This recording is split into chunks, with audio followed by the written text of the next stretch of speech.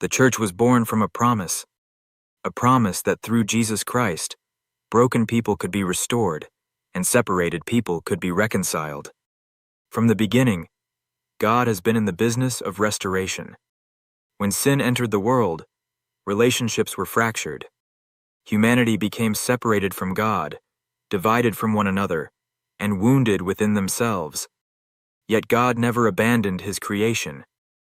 Instead, He set in motion a divine plan to restore what was broken and reconcile what had been lost. Through the life, death, and resurrection of Jesus Christ, the greatest act of reconciliation was accomplished.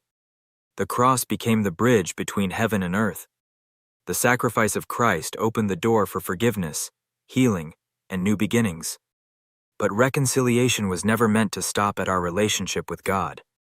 The church was called to become a living testimony of God's restoring power. A community where grace triumphs over judgment. A family where wounds can heal. A place where forgiveness overcomes offense. A people united by faith, hope, and love. Yet churches are made up of imperfect people. There have been misunderstandings. There have been conflicts. There have been disappointments. And sometimes there has been pain.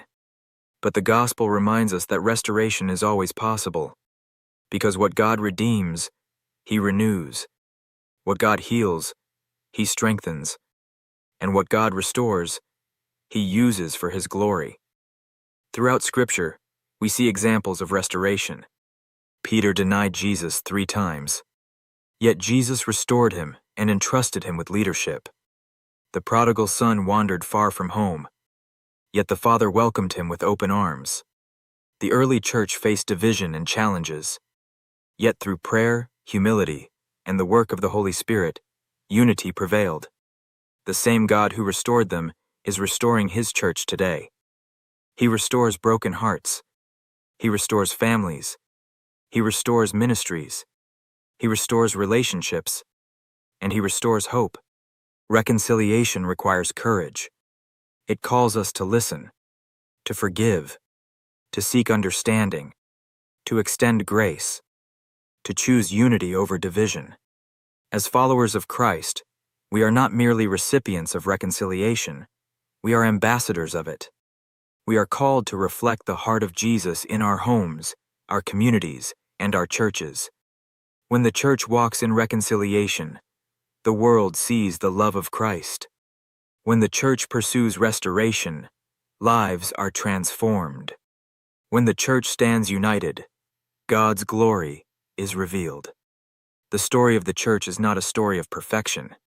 It is a story of redemption, a story of grace, a story of restoration and reconciliation. And that story continues today. As we surrender to God's healing work, may we become instruments of peace.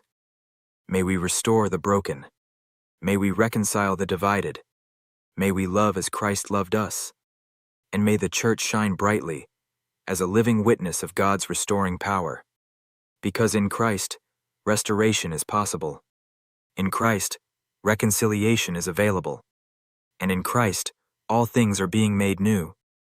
All this is from God, who reconciled us to Himself through Christ and gave us the ministry of reconciliation.